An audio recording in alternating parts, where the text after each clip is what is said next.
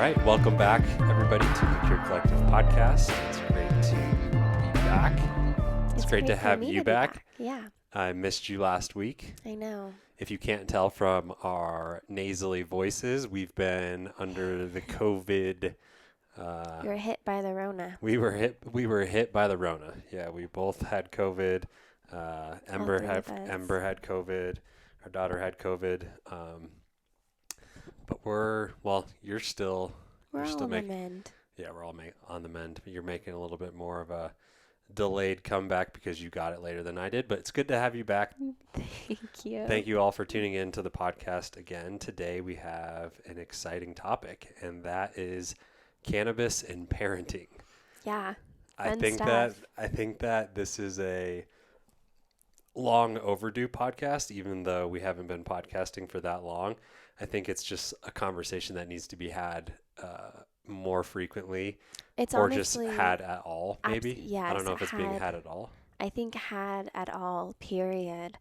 And I've had women message me on Instagram saying, will you talk about cannabis and motherhood? Will you talk about weed and being a mom?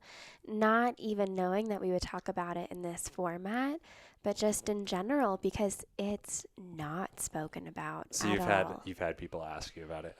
I didn't know yes, that. Ask about speaking about it because it is so stigmatized. Yeah.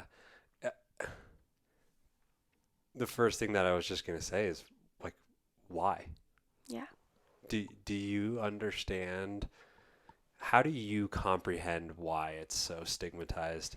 I think it's a stronghold left from older generations. I think it goes back to the anti-drug culture, the war on drugs, and how vilified marijuana was then, and it became the scapegoat for a lot. And our generation grew up with our parents really harping on just say no to drugs, right? That was our generation. We had that in our school systems. And I think that because there's a lack of available education, I think because there's a lack of open and honest dialogue, I think because there is still so much shame around it, I think that marijuana hasn't been accepted. And I think it really goes back to all of that. Yeah. I think that we're starting to see the tide turn. Yeah. I think that it's taking time. But even with that said, for a mom to come out and say that she's a cannabis consumer, she would have to know that she's going to put a bullseye on her back. Yeah. Yeah, that's a really good point. I think it's just so misunderstood. It's so misunderstood. It's so misunderstood, and for myself,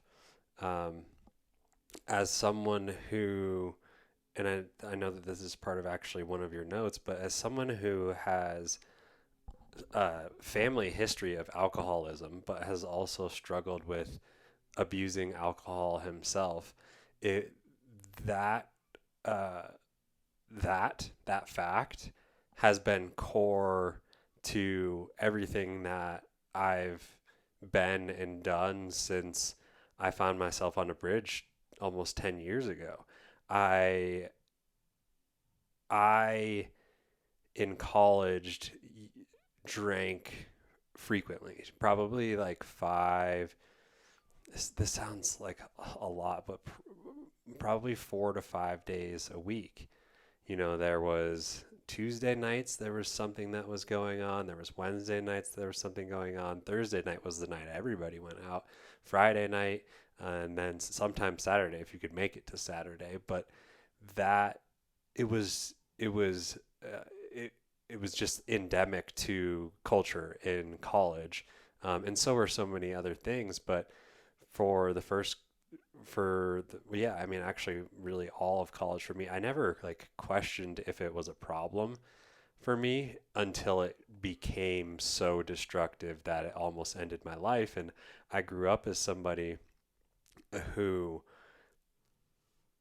who has a family history of alcoholism and saw alcohol be extremely destructive in my specifically my mom's side of the family.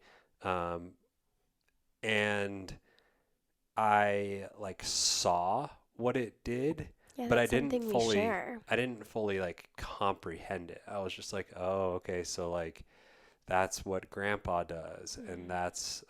that's just how it was normalized, but I could also tell it was very destructive when I look back on it. When I was in the middle of it, I didn't really understand it, and now years and years down the road, I'm like, oh my god, like it was part of it was the destructor and the one of the main causes of so much turmoil in my mom's side of the family. And then, so I had that knowledge going into college. I knew that that was true. Um, but I didn't sit there and say, okay, well, I know I have this gene, this alcoholism gene. And so I did what any college kid would do, and I drank a bunch. And We had the opposite reaction though, because I had the same upbringing, and alcoholism runs on both sides of my family, and I saw it tear my mom's family apart. I saw it completely destroy lives. I saw it kill one of my best friend's dads. I mm, mean, I saw the effects of it, and I swore it off. mm, I did not experiment in high school. I didn't drink in college. I didn't drink until I turned 21. And even then, I mean, I can count on one hand the number of times I've gotten drunk.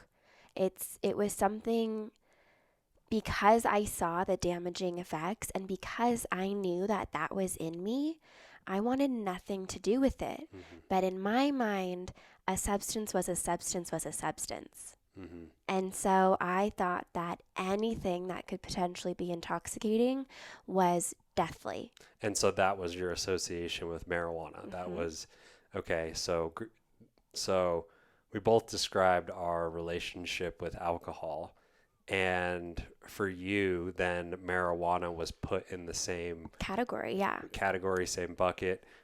And then for me, it when I the first time I used marijuana, I was I was working actually. On the golf course. Yeah, one of my first jobs was at a golf course as a cart boy. I cleaned clubs for the members at the country club. I stored the clubs in the bag drop and the bag organizer where all the members kept their bags, and then I uh, helped like upkeep the parts of the course and the driving range, and I smoked with one of my colleagues, Hmm. and um, Were you both the same age or was he older? he was older, and the first time I smoked, I definitely didn't get high. I didn't know what I was doing, and then from there, I smoked more frequently with him, and would go out on the golf course after work and actually play golf and smoke weed, and then I started associating like doing something like engaging or like some activity that was fun for me. Golfing was really fun for me, and it got me really in the zone. And so, and I also worked my ass off. Like that was my favorite job I ever had, and it was also a job where you could make tips. So when I started working, I actually started working there when I was 14 years old. And my mom would drop me off, and I would always be so nervous to be seen by the other kids there, being dropped off by my mom. And then I turned 15 and I got my driver's permit, or learner's permit, and I would have my mom. I would drive my car that my parents bought for me when I was in. I think I was like 15 and a half. I started driving that car. So my parents bought me the car, and then I owed them. I had to make payments on my car. So that was how I started to learn how to make payments and pay things off. But anyways, um, my mom would drive to work with me. I had tinted windows. I would say, "Mom, don't leave until I'm off and nobody's here. So I would like get out, and then my You mom, devil. yeah. Oh my, your poor mom. Yeah, and then my mom would do the same thing. I'd be like, make sure that you arrive. Well, I was just embarrassed. I was like, make sure that Yeah. you arrive before my shift ends. And there were times where you would never know when you were getting off. I'd be like a 2 hour window, and so that was that's an aside. But that was when I started to use cannabis, Mm-hmm. and then in high school, outside of working, I continued to use it, and my friends and I would go hiking. We used to like to do graffiti and like tag. I actually tagged my, Illegal activities. no, like I tagged my bedroom. Oh, My parents let me do that when I was a little kid, that's cool. when I was in high school, and then I used to draw a lot. So I started using cannabis, and the like association or pairing was either like fun outdoor activities like golfing or working and like hustling. I just like enjoyed the two, or being creative. Mm-hmm. And so that was how I started the use of marijuana. And at the same time in high school, it was like the first time I started drinking, and then of course got into college, and everything was kind of combined. It was all drugs and then alcohol, and under the all drugs umbrella was marijuana. And then I started using I started down a very destructive path for multiple years. And for me, when I got to such a dark place, it was everything was under the same umbrella. It was Mm-hmm. marijuana, it was mushrooms, it was all the party drugs, LSD, ecstasy, cocaine, and then alcohol and painkillers and Xanax, all of those things. And I was friends with one of the biggest drug dealers in my college town, so I was Mm-hmm. very enabled. And so I went from, you didn't even ask me, but I'm sharing my whole journey.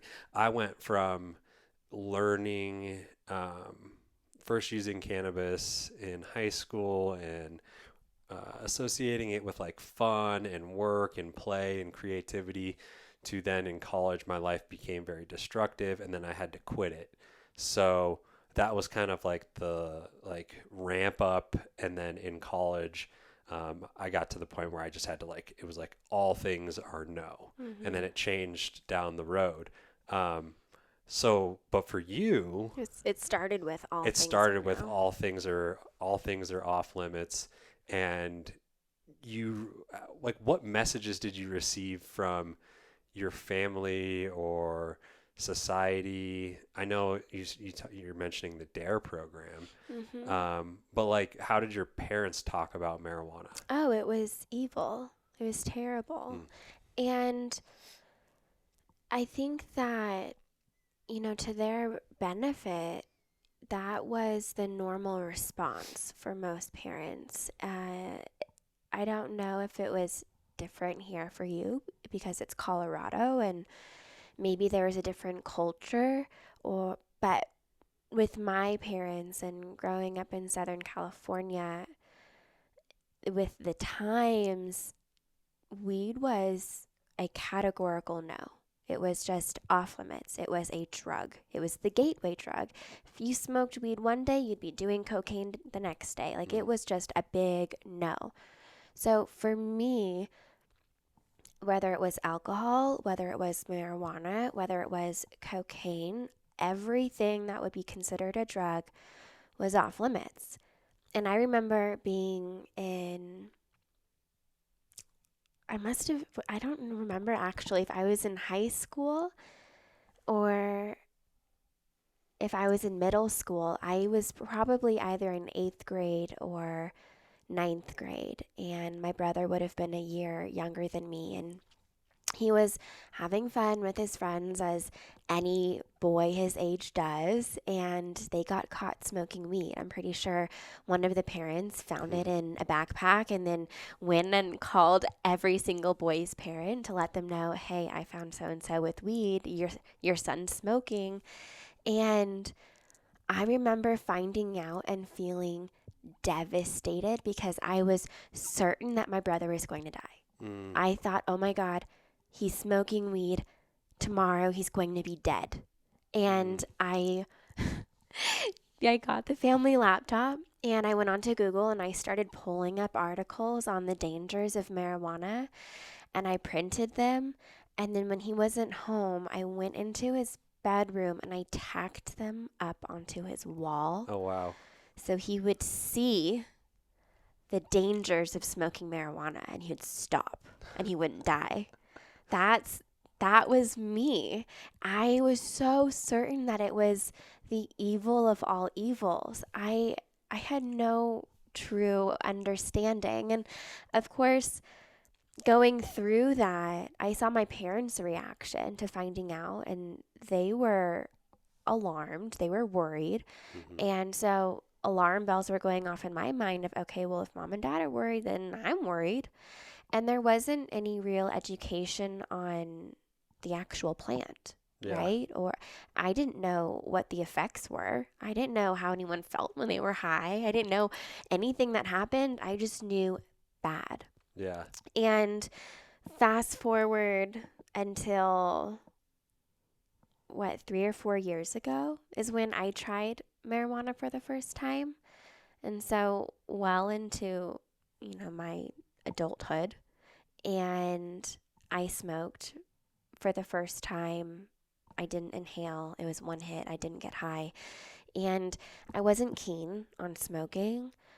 So I preferred edibles. And so I just started exploring different edibles. And with where I was in St. Louis, so it was illegal. And I know, very bad.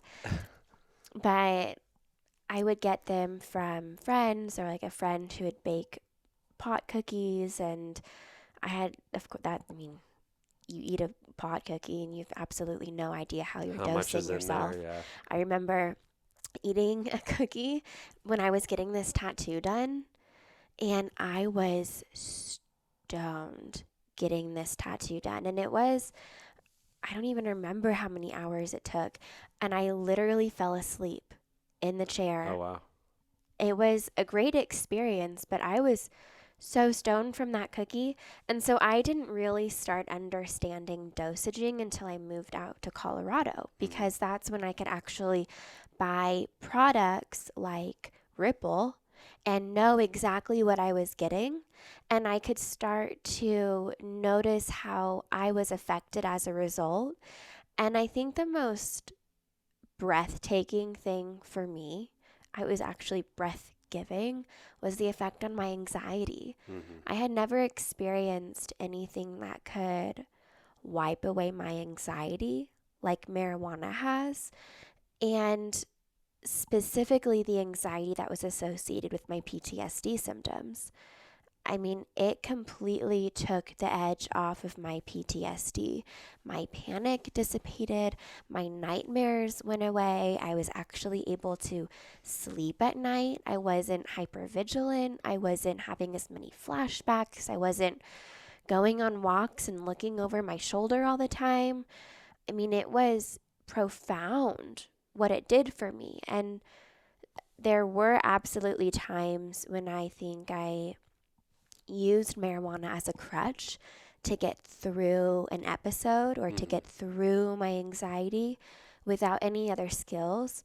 But I think that in general, marijuana has consistently played a very medicinal role for me.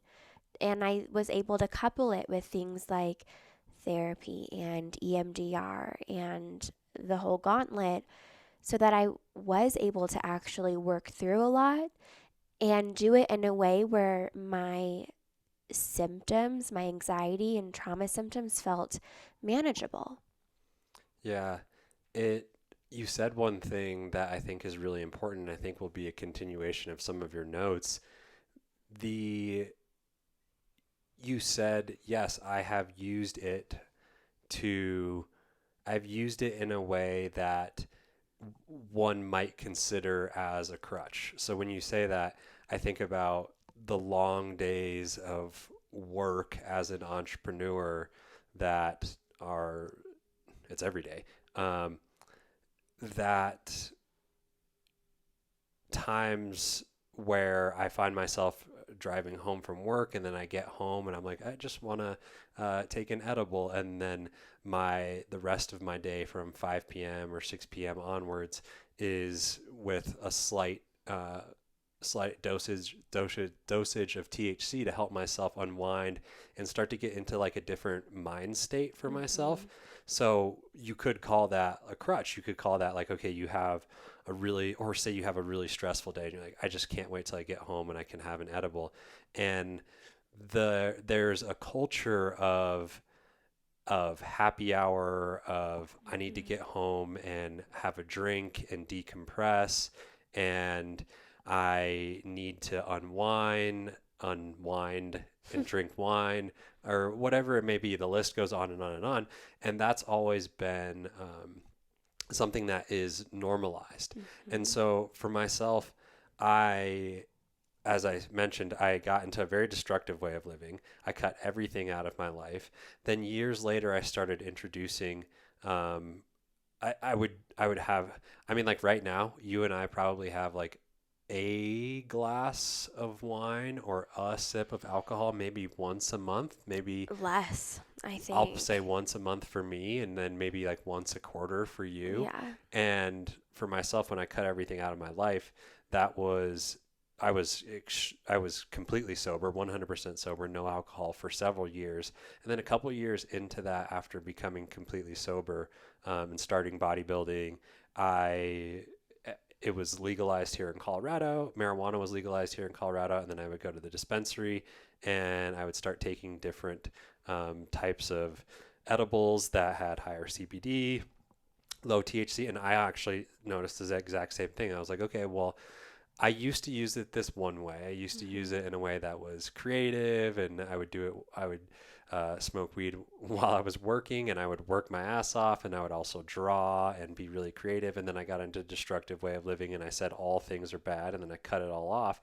And then I was sober for years, and then started recognizing that remembering that I didn't use marijuana in a destructive way before, and then I could start to explore it again.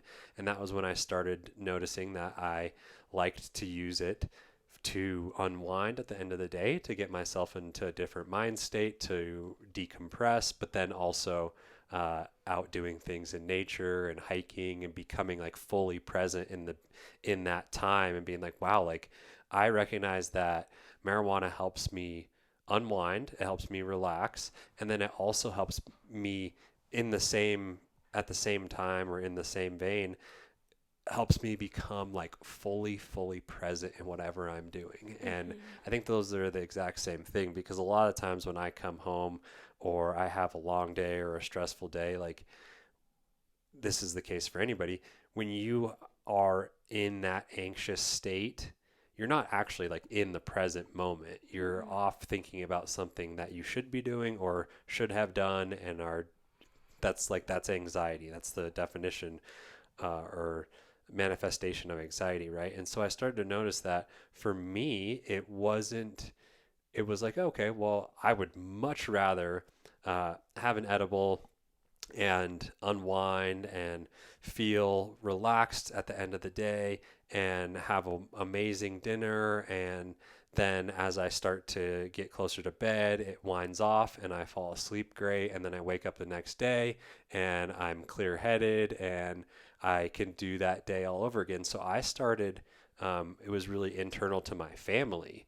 It was like, you know, my family, even though alcoholism did exist in several places, um, they'll drink wine, they'll drink beer, and it's normalized and it's not an issue for anybody. It's Uh, not excessive. it's not excessive, Mm. but I would always be the one starting to make the decision of if we were getting together in the evening as a family or doing something, like I would prefer to have smoke some marijuana or have an edible. So it started for me. It'd be like I would much rather do this than drink, because Mhm. when I drink, and I'm actually really thankful for this, I get hungover off of one or two drinks.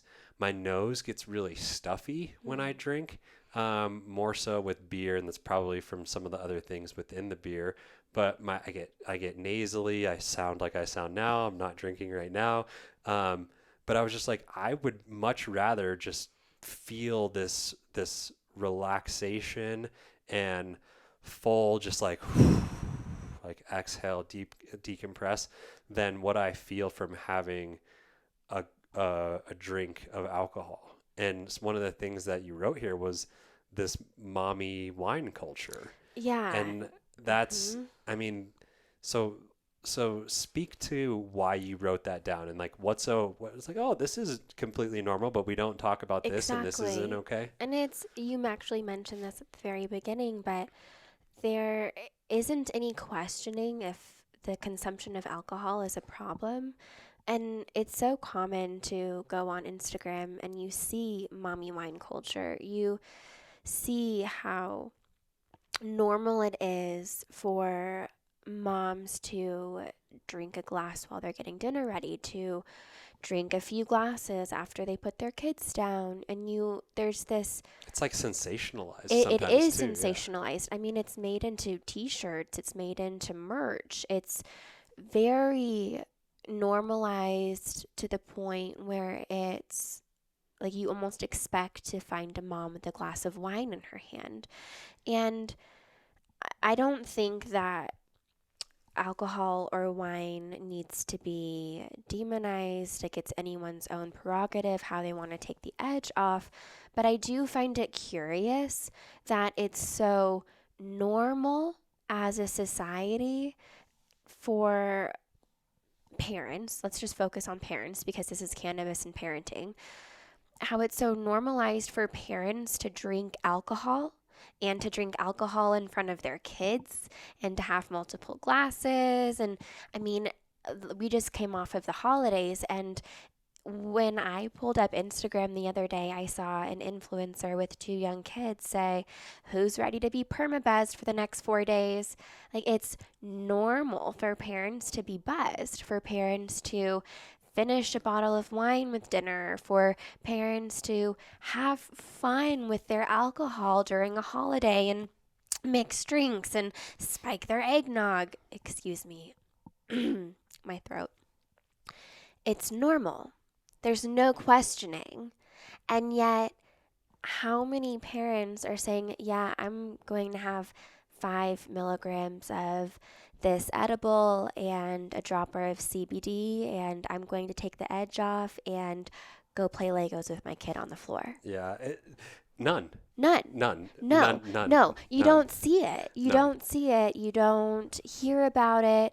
And when you hear about a parent consuming cannabis, immediately the reaction is, oh Yeah. my God, Yeah. you're under the influence in front of your child. And Yeah. it's like, how many Yeah. glasses of wine have you had this Yeah. week? It's like, yeah. And you know what I do?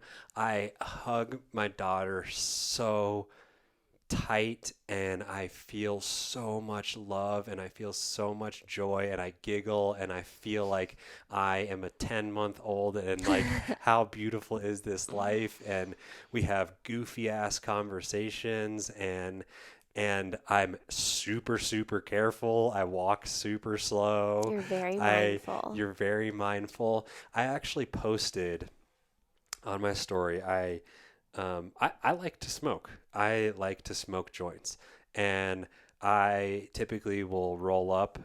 So for everybody that doesn't know how to smoke a joint, like you take some flower, which is like a bud of marijuana, which people have probably seen, and you grind it up into into like a finer, not powder, but what's the terminology for it? Pulverize it. Yeah, pulverize it. So like pull it into little pieces, and then you can roll up a joint. And one day I posted on my story, I was like Ember was sitting over here on the counter, and I was rolling a joint, and I panned across the kitchen, and I said, "Man, I'm just so thankful for this life that we have." And somebody responded and said, "How many people just how many how many people came out yelling at you for posting marijuana and your baby in the same picture?" And I was like, nobody.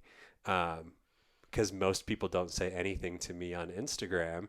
I think I've gotten to the point where like people know where I stand on a lot of things, and I'll just speak freely, Hmm. which is awesome. But Hmm. like for him to ask that question is obviously like an instinct. It was like, oh, I bet he's getting a bunch of shit from people saying you have marijuana and a baby in the same picture.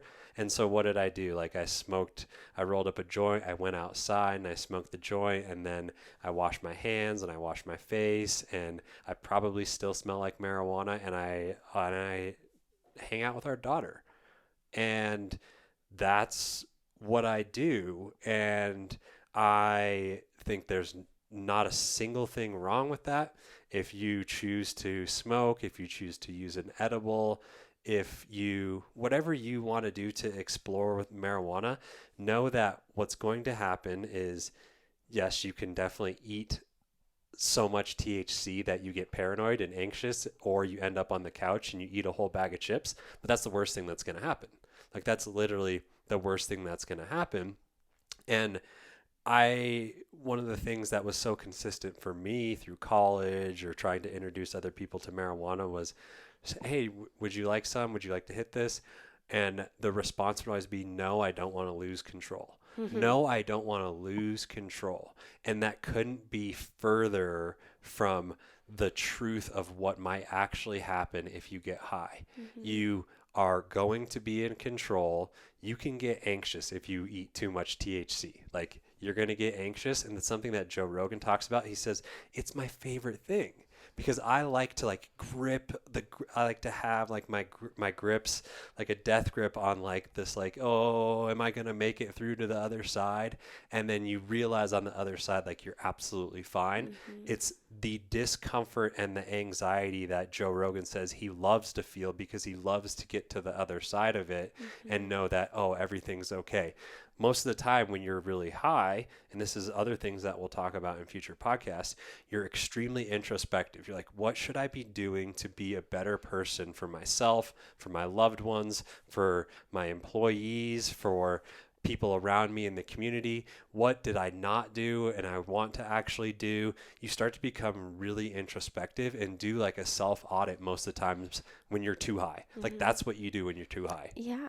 Yeah, absolutely. And I think that it's worth noting, since we're talking about consuming cannabis and parenting, that just like with anything you do as a parent, you have to be responsible Yeah. with how much you're using, with how much you're partaking.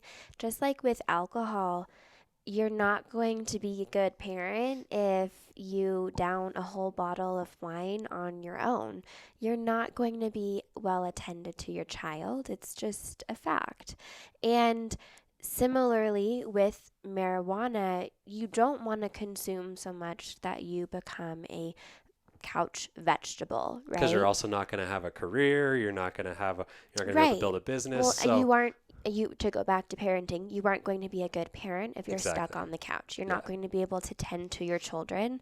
And so with anything, it also comes down to personal responsibility and personal usage and knowing the set and setting, knowing your own tolerance, knowing how different strains affect you, knowing how different edibles affect you, knowing when they hit you, knowing what the high feels like. It takes the introspection, it takes the self audit, and then it takes responsibility, because you have to, as a parent, as you are taking the edge off for yourself and as you're giving yourself this little boost to feel a little better, it's not like your job title as a parent goes away. And I think one of the problems in the day and age that we live in, the world that we live in, social media, somebody sees something on social media and they see a fraction of a percent of your life, and then they form their opinion about you As and a whole as a person. whole person. And the truth is, motherfucker, you don't know who I am. Like, you don't know who I am. You don't know who we are. You don't know what we do on a daily basis. You don't know, just as I don't know who you are, and I don't know what you've been through, and I don't know what your situation is. This is the world that we live in.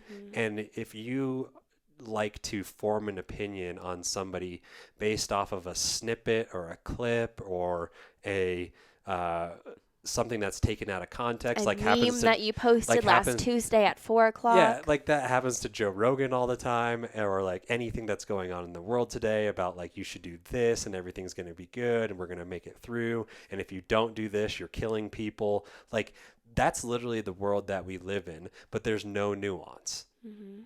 There's literally no nuance, and people form opinions about other people without being able to sit, because they can't sit and be in conversation and be in that person's presence and truly get to understand who that Hmm. person is. And so And then they people have confirmation bias and they don't want to be wrong. And so everything that they look at that this person does is through this lens of the opinion that they've already formed. And they aren't open to forming new opinions. They aren't open to learning more about this individual or understanding more about their decisions because they want to be right. Because once you form that opinion, it's their stronghold. And then you can't admit to being wrong.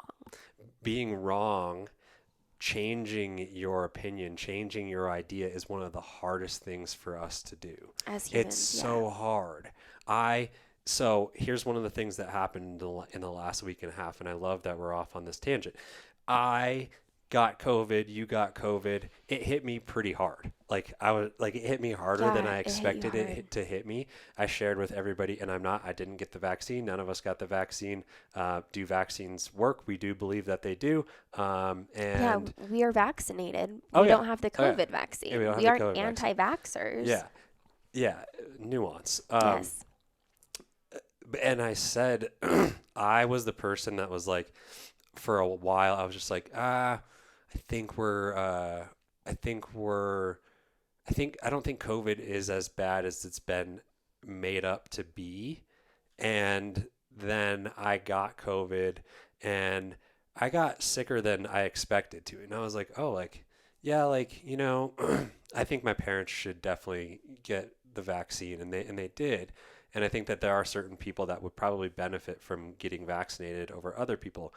But what that statement stands on always and will always stand on is what you should do first is have some personal responsibility, take care of yourself, and understand everything that you need to do to build your immune system and become resilient, and understand that you are going to go through difficult times, and that if you do get sick, you can get better, and that you will get better. And so that happened to me. I got a little bit sicker than I expected to.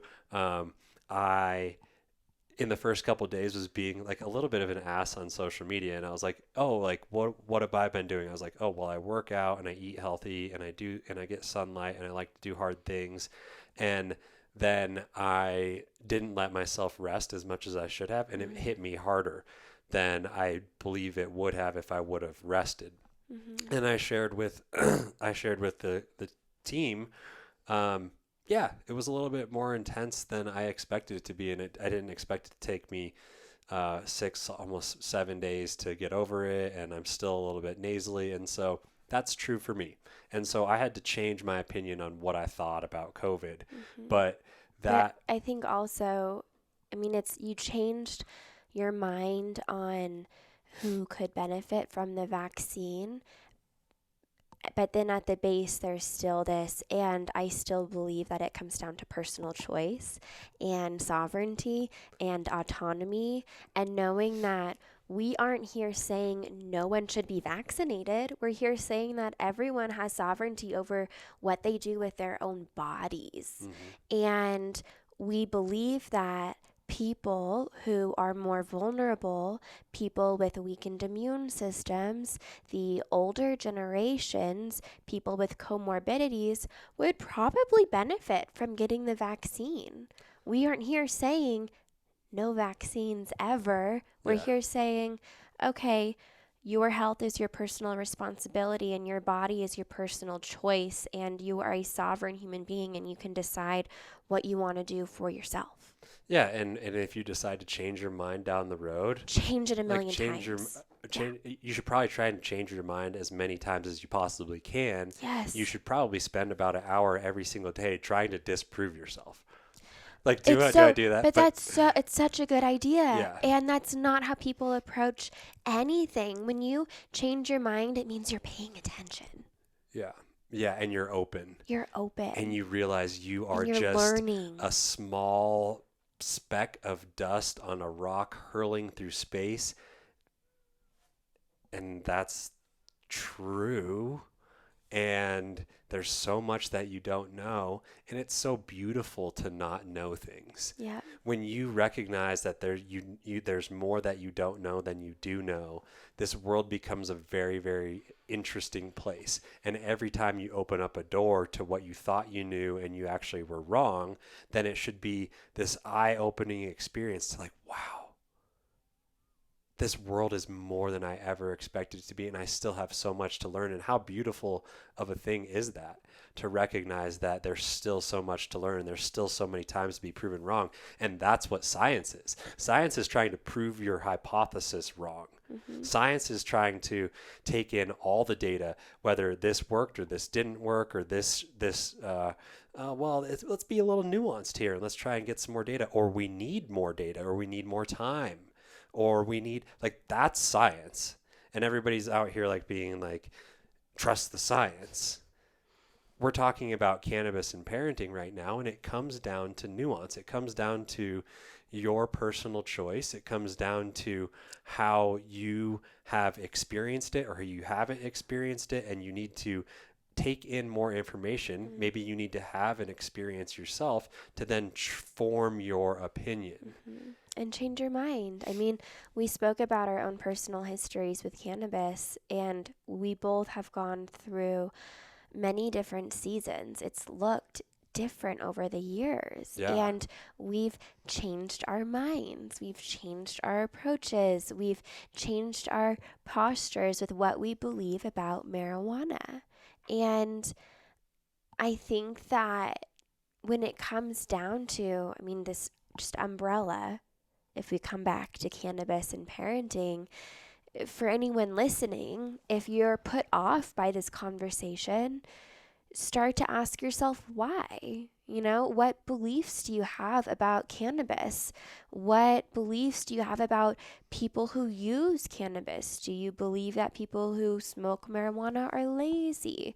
Do you think That's a that good point. people Yeah. who use marijuana can't hold jobs or aren't responsible? Or, you know, there are so many different stereotypes. And so take a pause, think about what beliefs you're holding, what judgments you're projecting onto the people who are consuming that aren't really about the people who are consuming, and open yourself up to being wrong, to forming a new opinion, to having a new experience, to asking some maybe uncomfortable questions. Yeah, and maybe you aren't wrong about your opinion. Maybe you experience it and you're like, Yeah, this isn't for me. And that's totally. also great. And so I think what is really important is like, how do we teach, how do we enable future generations to have a different understanding than we had growing up, and to allow them to be able to form their own opinion and make a sovereign agency founded decision based on allowing them to absorb all the information and to experience it on their own. And I think that that's a very important question. Like, Mm-hmm. how do we teach our daughter?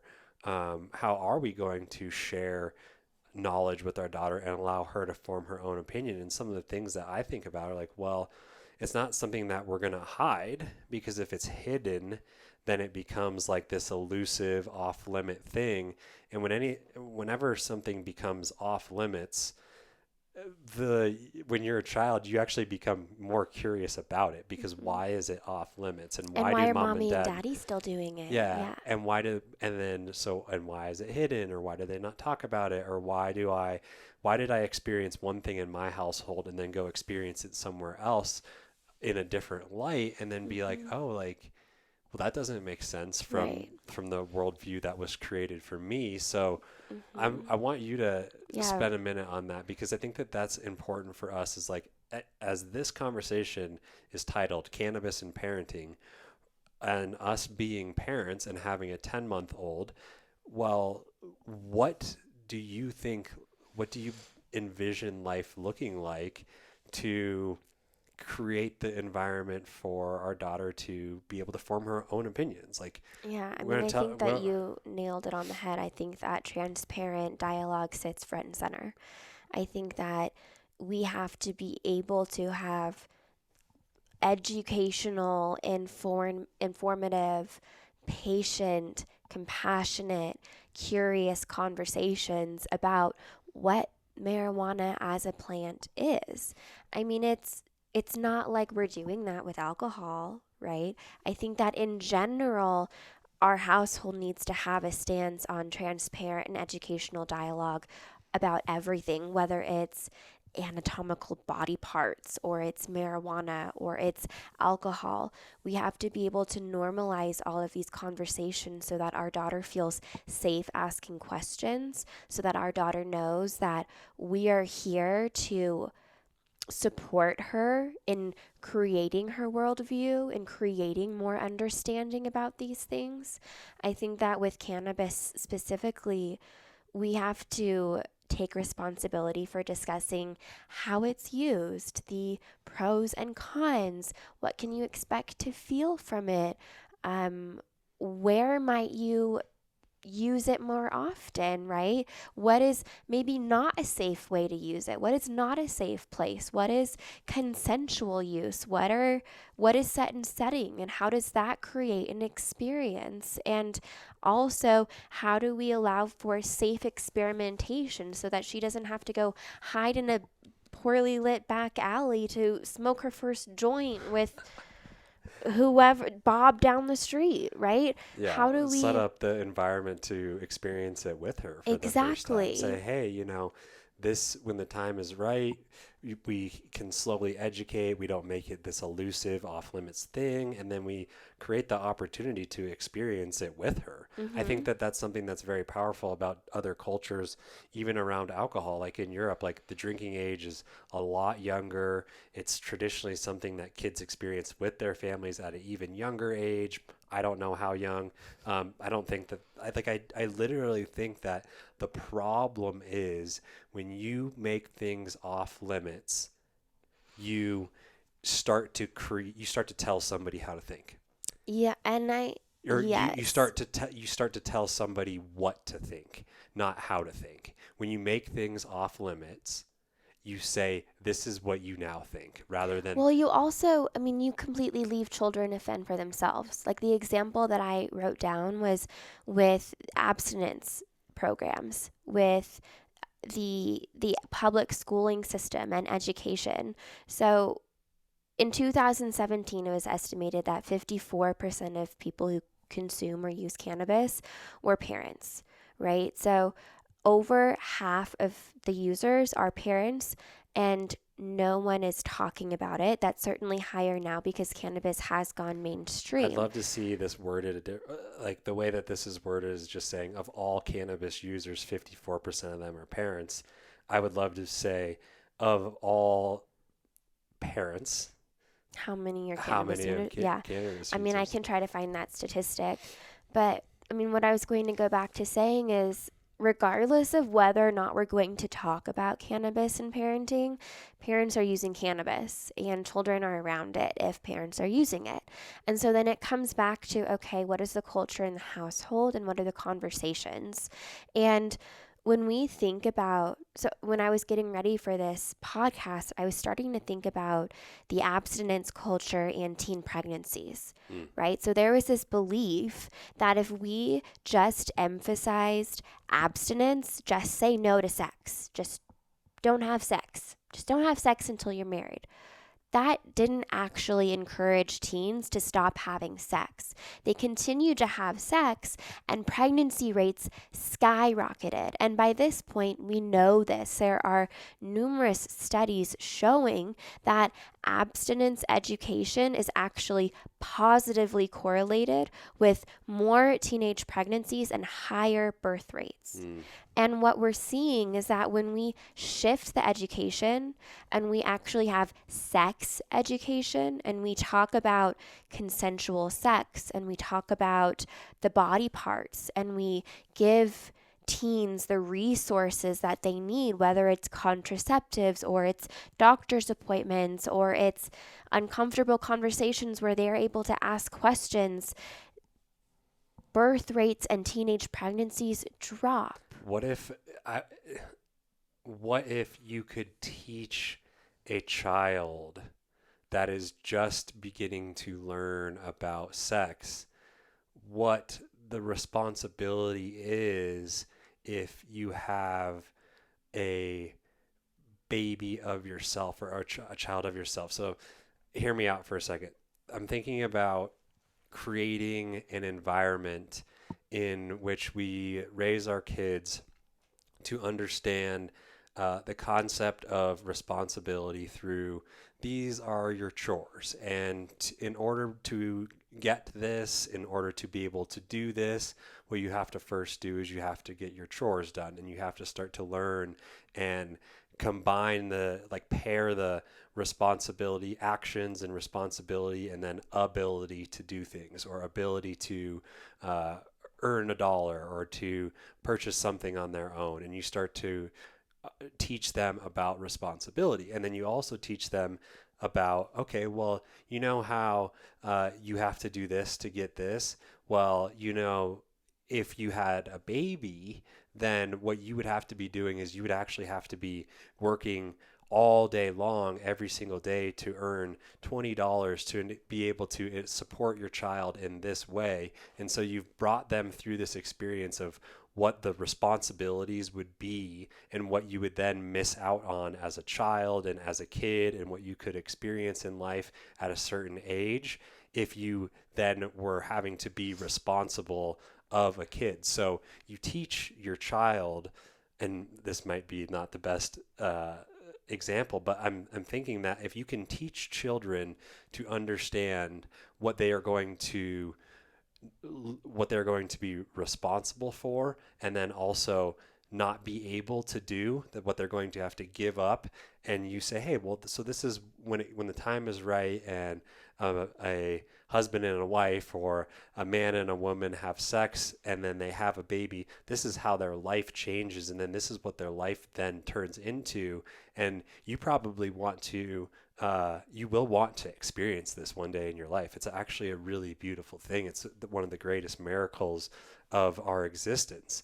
And you also are going to want to experience other things in your life first. And so these are all of the things that are associated with having a child. And this is how it works. And this is why you do it. And this is what you will enjoy. And you take away the allure and the elusiveness just as you take away the off limits of marijuana or other things. You just, well, this is how it works. And then you're like, oh, well, I don't want to live like that. I don't want to have to do all these things to support a child right now. That may sound like oversimplified, of course, but I think that the thing that we need to do is we need to be able to teach our younger generations differently. Like we need to put a different focus. We need to put a different emphasis on what we're teaching younger generations to truly teach responsibility and take away this off limits idea and this allure and really be like, this is life. Yeah, and we have to step out of denial. Right now we live in denial, thinking that, well, if we just don't talk about it, then our teens aren't going to drink, they aren't going to try drugs, they aren't going to smoke pot, and they aren't going to have sex. So as long as we're not talking about it, they're not doing any of these things. They're still doing all of those things, but they don't have a safe place to talk about it. They don't have a safe place to ask questions. They don't have a safe place to get resources, to be informed, to understand what a responsible choice is for them and for their bodies, or how to treat others and other bodies, right? By living with our heads in the sand as parents, we are handicapping our children. Mm-hmm. We aren't giving them everything that they need to thrive and to be sovereign, autonomous individuals who are capable of discernment and making informed decisions, and also experiencing the pleasures of life and doing it in a very safe way. Mm-hmm. So, And is it going to be easy? No, it's probably going to be really, really, really, really, really, really, yeah, really hard. And that's why it's going to be worth it. totally. I mean, I'm That's not looking forward to talking no, with our daughter about sex. Like, no. I don't want anything to do with that. But we're going to do it, But right? that's like, that is the underlying thing that you'll hear us talk about on this podcast is like, is it going to be easy? No. But is Then it the it's right definitely thing? going to be worth it. And there's a difference between easy and simple. Well, you'll hear us discuss that. Simple processes can be simple. It might be a simple concept, but to actually execute it is going to be very hard. There's this idea that easy and simple are the same thing and we just want this easy life. Well, no, like simple processes operated and executed on a daily basis, which creates discipline over the course of time, will change your life forever. But if you're just looking for the easy way out, you're not going to live a life any differently than you already lived or Mm. you were raised in. So it's it's a conversation that's very important, and it's requiring a lot of nuance. But first and foremost, it just requires more conversation, because I don't think the conversation's being had. And us as new parents, like, we don't have all the answers here, but this is our experience and this is our opinion. And this is how your opinions have evolved and how my opinions have evolved and how we think we are going to be able to navigate this with our daughter. Yeah. So if you're a parent, we encourage you to have this conversation, whether it's with your co parent or it's with some parent friends. Bring it up, see what they think, start a dialogue. And let us You don't know. have to be a consumer, or you can be, but just start to have the conversation. And I think that in and of itself, we've spoken to this before, is so powerful. Just the beauty of having thoughtful dialogue and discussion with other people. It's it's part of why we're alive. We're alive to have these heartfelt, thoughtful, intellectual conversations. So pose this question, right? How do you feel about cannabis and parenting, friend, spouse, and just see where it goes. Yeah. And let us know. Let us, if you have thoughts on this, we'd love to hear them per usual. Yep. Thanks, everybody, for tuning in to the podcast. This was a podcast that we really looked forward to recording. And as Lauren just said, let us know your thoughts, because this is an interesting conversation.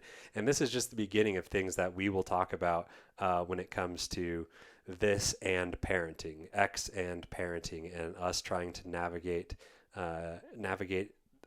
this on our own, but also really, truly be change makers in this world and start to be part of forming a future that looks different than our past, because it's crucial right now. It's so crucial. And anybody that's just going to lay down and say, oh, well, I'm just going to wait this out and see what life looks like in 5-10 years from now, you're doing a disservice to yourself. You're doing a disservice to your family, your future, so many people around you.